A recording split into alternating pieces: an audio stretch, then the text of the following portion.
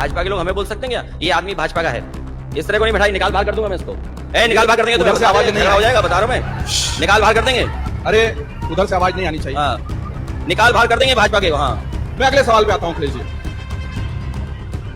आप बताइए 2027 की आपकी क्या तैयारी? नहीं निकालिए, नहीं ये आपकी जिम्मेदारी है, इस तरह के लोगों को नहीं बैठा सकते आप। हम बातचीत जारी रखते हैं। नहीं कुछ नहीं बोलिए। पुलिस को ले जाने दो, पुलिस को ले जाने दो। रुक जाओ, पुलिस को ले जाने दो, पुलिस ले जाएगी इसको। बैठने दो बैठने दो। थोड़े आपके कार्यकर्ता हट जाइए, कार्यकर्ता नहीं है, जनता है। हट जाइए, हट जाइए सब लोग। हट जाइए। सबको कहूंगा बैठ जाए, जो भी कोई नहीं। इनका जवाब मैं देने जा रहा हूँ। मैं जवाब देने जा रहा हूँ जी। मैं सबसे निवेदन करूंगा कि बैठ जाओ, उन्हें भी बैठने दें। आप यहाँ जाओ ना, मंच पे यहाँ जाओ। मंच पे ले आओ इनको, मंच पे ले आओ। नहीं मंच पे आने दो, नहीं मंच पे आने दो, मंच पे आने दो। यहाँ जाओ, मंच पे आने दो।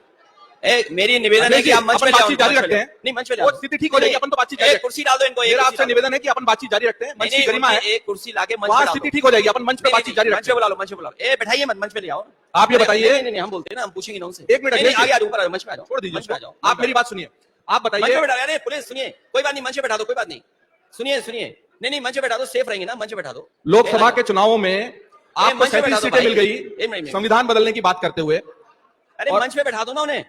अरे मैं ये बोलता हूँ, 1 मिनट जाइए, मंच पे बैठा दो। नहीं मंच पे बैठा दो।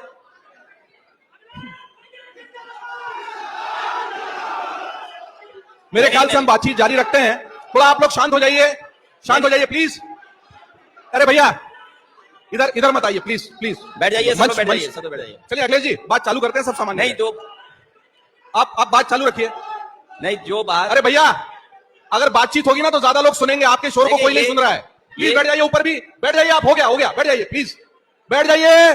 अरे नारेबाजी से नहीं चलेगा यार, बैठ जाओ प्लीज। बैठ जाइए। मैंने इसलिए कहा, 1 मिनट सुन लीजिए बात।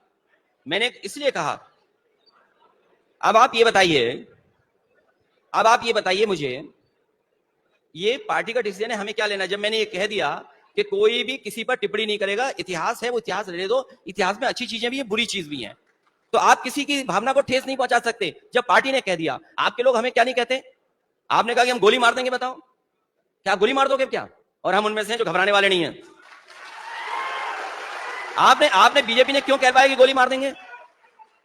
थोड़ा नारेबाजी मत कीजिए भाई। नारेबाजी कोई आप नहीं सुन रहे, नारेबाजी करेंगे तो आवाज नहीं आएगी, प्लीज। नहीं नारे कोई ना लगाए। तो जब बीजेपी के लोग ये कहलवा रहे हैं कि हम गोली मार देंगे आपको, आप बताइए, अगर संविधान, क्योंकि आपने संविधान पे सवाल पूछा जी, वही मेरा अगला सवाल था, मैं दोहरा देता हूं, शोर में सुनाई नहीं आया था। आपने संविधान बदल देने की मुहिम चलाई और बहुत बड़ा झटका उत्तर प्रदेश में लगा। लोकसभा के चुनाव में 37 सीटें आपकी आ गई संविधान बदलने की बात पर आपको जो, लेकिन आगे के चुनाव में वो ना इंडी गठबंधन रहा, ना वो संविधान बदलने वाली बात आगे बढ़ पाई, और बाकी के चुनाव में महाराष्ट्र से लेकर सब जगह फिर भाजपा को ही सफलता मिली। अब 2027 को देखते हुए संविधान बदल देने वाली बात पर और पीडीए वाला जो आपका मूल मंत्र है, उस पर आप कैसे इस चुनाव को आगे बढ़ाएंगे? अगर किसी को कोई धमकी देता है, हमारा संविधान और कानून कहता है कि उसके पे ये कार्रवाई करनी चाहिए। संविधान और कानून ये कहता है, और संविधान और कानून के तहत आप कार्रवाई करिए। तो इसीलिए तो हम कह रहे हैं कि यहां पर कानून और संविधान नहीं चल रहा है, कोई भी किसी को कुछ भी कर सकता है। आप ओपनली चैलेंज कर रहे हो। मैं ये जानना चाहता हूं, अगर संविधान से देश चल रहा है और कानून से देश चल रहा है, जिस भावना से जिस लोगों ने कहलवाया कि गोली मार देंगे, जान ले लेंगे, आप बताओ इस संविधान और कानून में कार्रवाई क्यों नहीं की? इसीलिए नहीं की ना, क्योंकि आप संविधान और कानून को नहीं मानते हैं आप। और फिर जिस मंदिर में मैं गया, उसको गंगा जल से क्यों धुलवाया आपने? क्या हमारा संविधान कानून ये कहता है कि आप गंगा जल से धो देंगे मंदिर को? आप क्या ये नियम और कानून से चलेगा कि नहीं चलेगा? तो ये किसकी जिम्मेदारी है? जो आज के दिन सरकार में है, उसकी जिम्मेदारी बनती है कि अगर समाज में कोई इस तरह की भावना पैदा कर रहा है, उसके खिलाफ कार्रवाई करें। बताओ बीजेपी के लोगों ने क्या कार्रवाई की? और मैं उन पुराने तमाम ऐसे मुद्दे उत्तर प्रदेश में जहां कानून और नियम की कोई परवाह नहीं करी गई कहीं लोगों को, और इसीलिए उत्तर प्रदेश कस्टोडियल डेथ में नंबर 1 है, फेक इनकाउंटर में